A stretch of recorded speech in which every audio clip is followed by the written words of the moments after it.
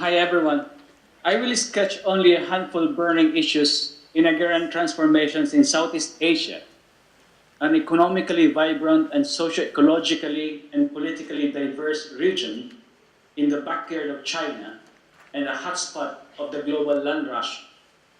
My take-off point is on the general research agendas by PLAAS and the RDPI that have been the subject of much discussion during the past 2 days at the PLAAS International Conference. That means issues around the rise of BRICS and the global land rush. The thread in my talk is the main theme of broader political economic interconnections as a main unit of inquiry and reference point for political actions, and not just as context for discussions about BRICS and the land rush. This is partly in reaction to what I see as the dominance of specific land deal case studies or country case studies in the land rush and BRICS literature. I am not arguing for an either-or choice, that is either broader interconnections or specific land deal case studies as main unit of analysis. Rather, I'm arguing for complementary approach.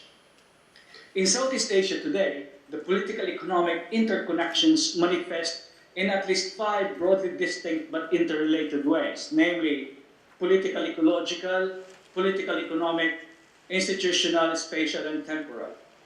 Understanding agrarian transformations requires a better understanding of these interconnections. I will focus my discussion on these 5 topics and by way of closing, I will outline some 3 points about the implications of these on how we frame our research and conduct our activist political work, at least in the region where I'm coming from, Southeast Asia. First, political ecological interconnections. The convergence of multiple crises, including climate change, in the midst of the rise of new hubs of global capital, specifically the rise of BRICS and middle-income countries mix, and its implications for changing patterns of capital accumulation in the spheres of production, circulation, and consumption, and the various state, corporate, and public responses to these threats and opportunities, ushered in the era of agrarian processes that are deeply and broadly intertwined with environmental processes. We see these dynamics across countries in Southeast Asia in various ways.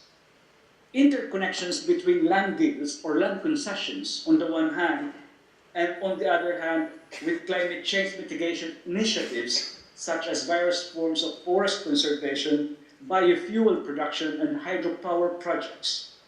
The two streams, land concessions and climate change mitigation initiatives, may be competing for the same piece of land. There may be overlaps between the 2 blocks of land for the 2 purposes, or maybe adjacent blocks of land involved that may in turn result in a spillover of displaced people into the air.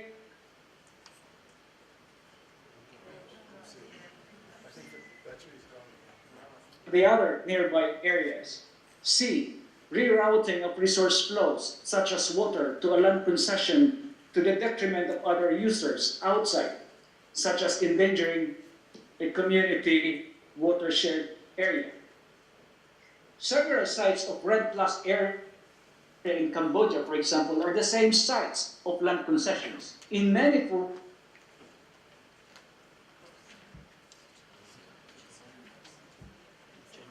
blocks of conservation areas that have many hollow parts inside in the form of emerging patches of land deals and land concessions.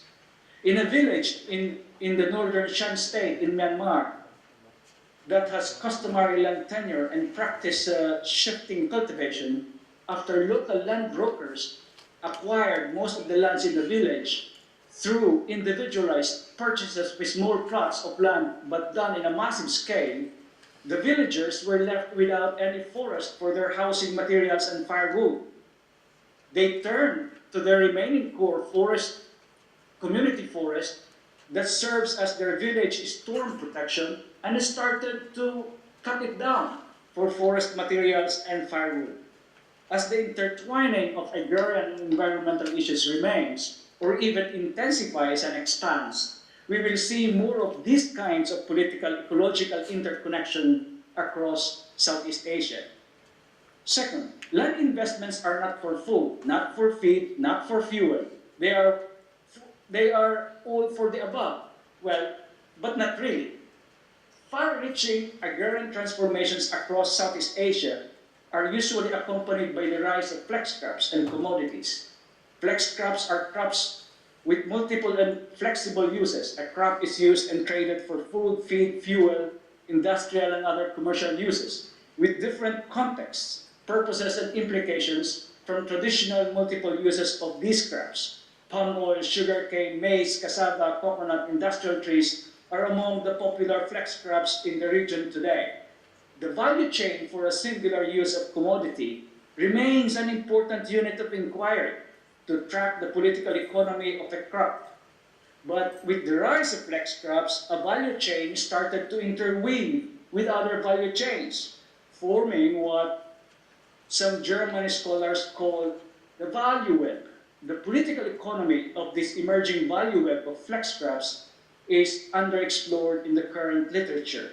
The emergence of flex crops and the subsequent value webs are one of the key manifestations of the political ecological interconnection underlying agrarian transformations in Southeast Asia today.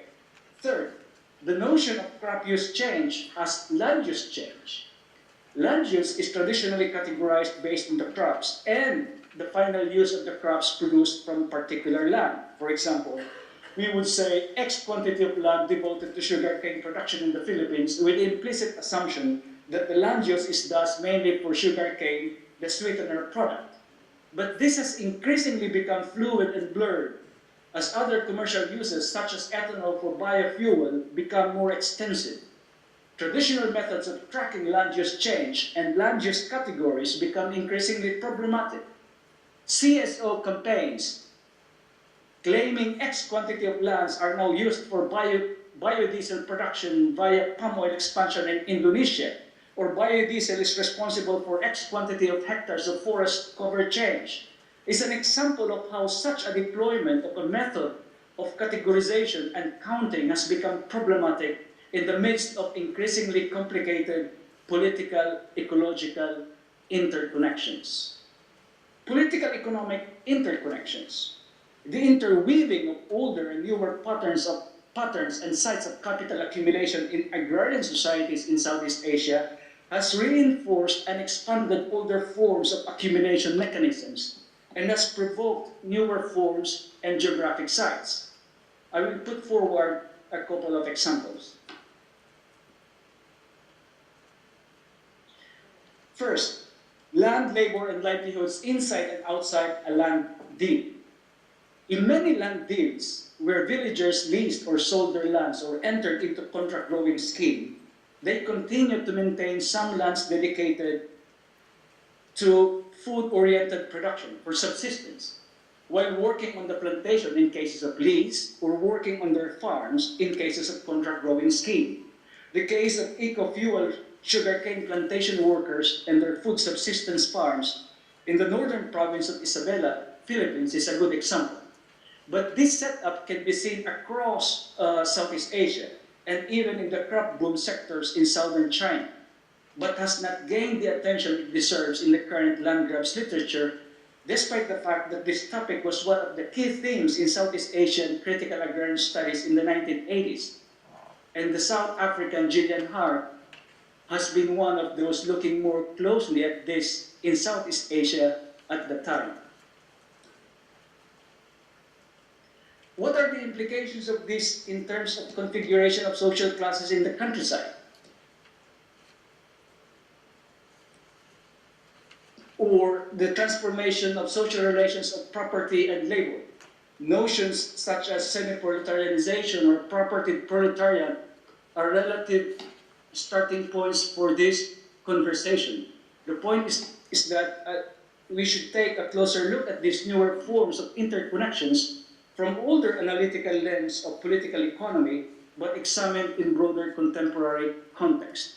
Second, across Southeast Asia, formal high-profile large-scale land acquisitions gain ground simultaneously with dynamic micro-scale land accumulation processes that may even be more extensive in coverage in terms of land and people, with or without deployment of various forms of extra economic coercion.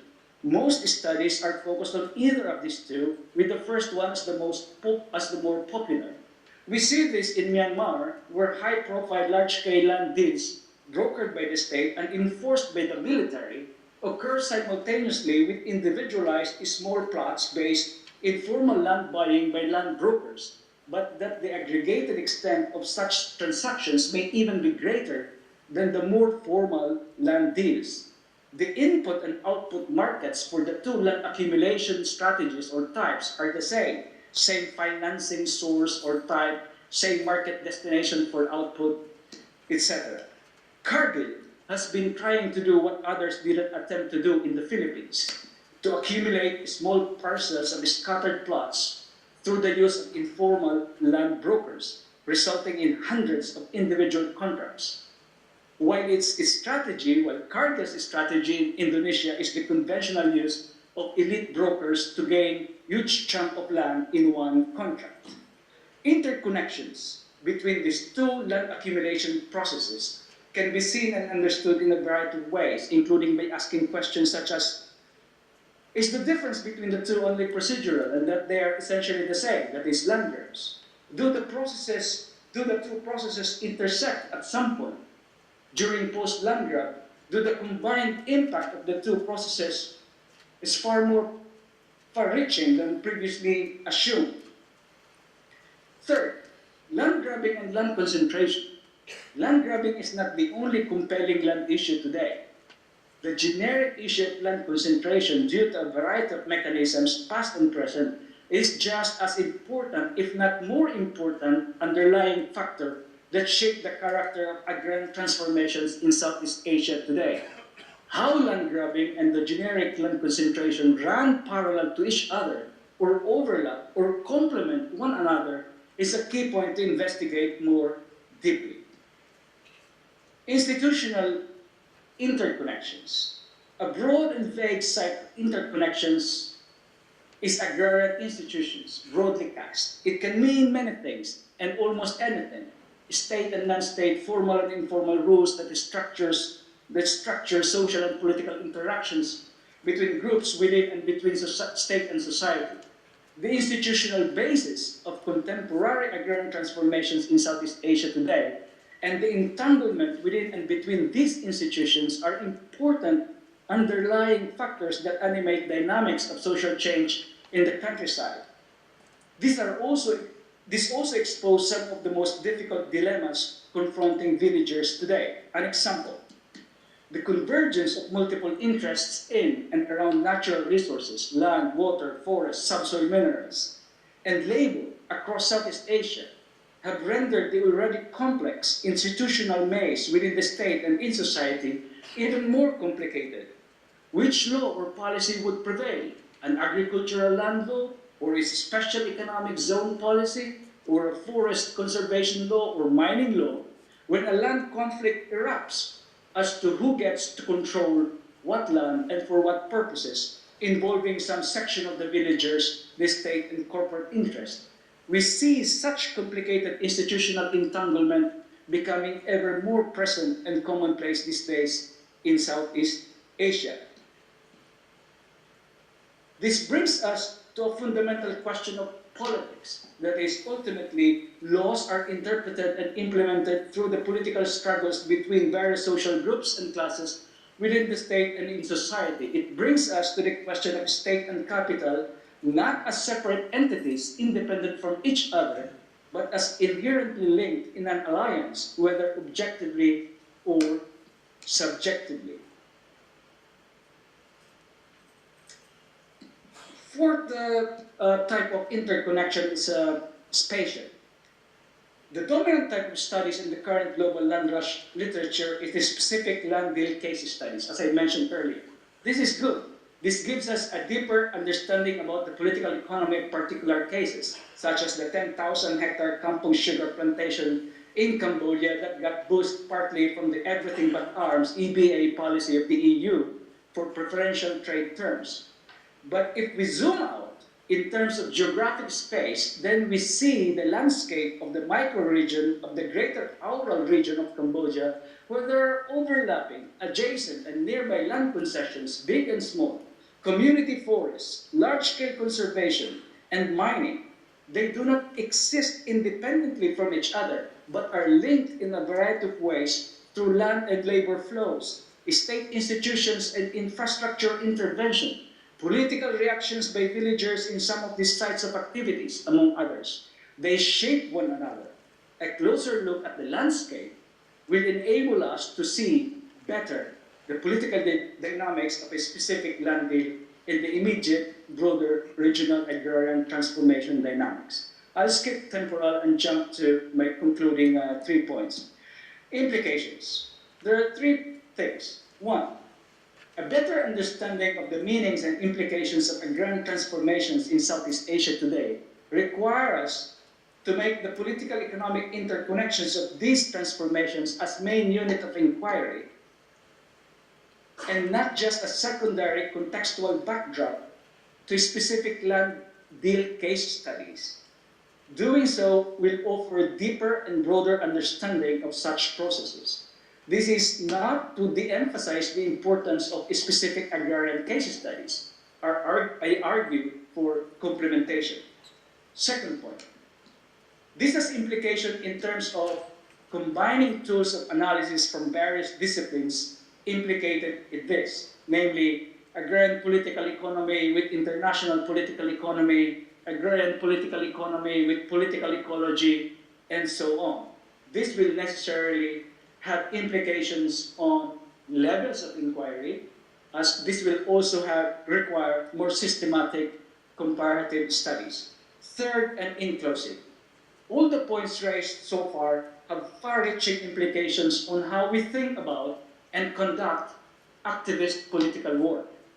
One outcome of the kinds of transformations we see in Southeast Asia is the intertwining of social justice movements, agrarian justice, food justice, labor justice, environmental justice, climate justice, and human rights social movements, and the political dynamics in their issue analysis, demand-making, and claim-making. The overlaps and interactions between these movements bring with them not only synergies, but also tensions. A relevant approach to tackling this challenge is one that confronts political tensions, but is clear about and specifies the structural, institutional, and ideological basis of such political tensions and dilemmas. Thank you very much.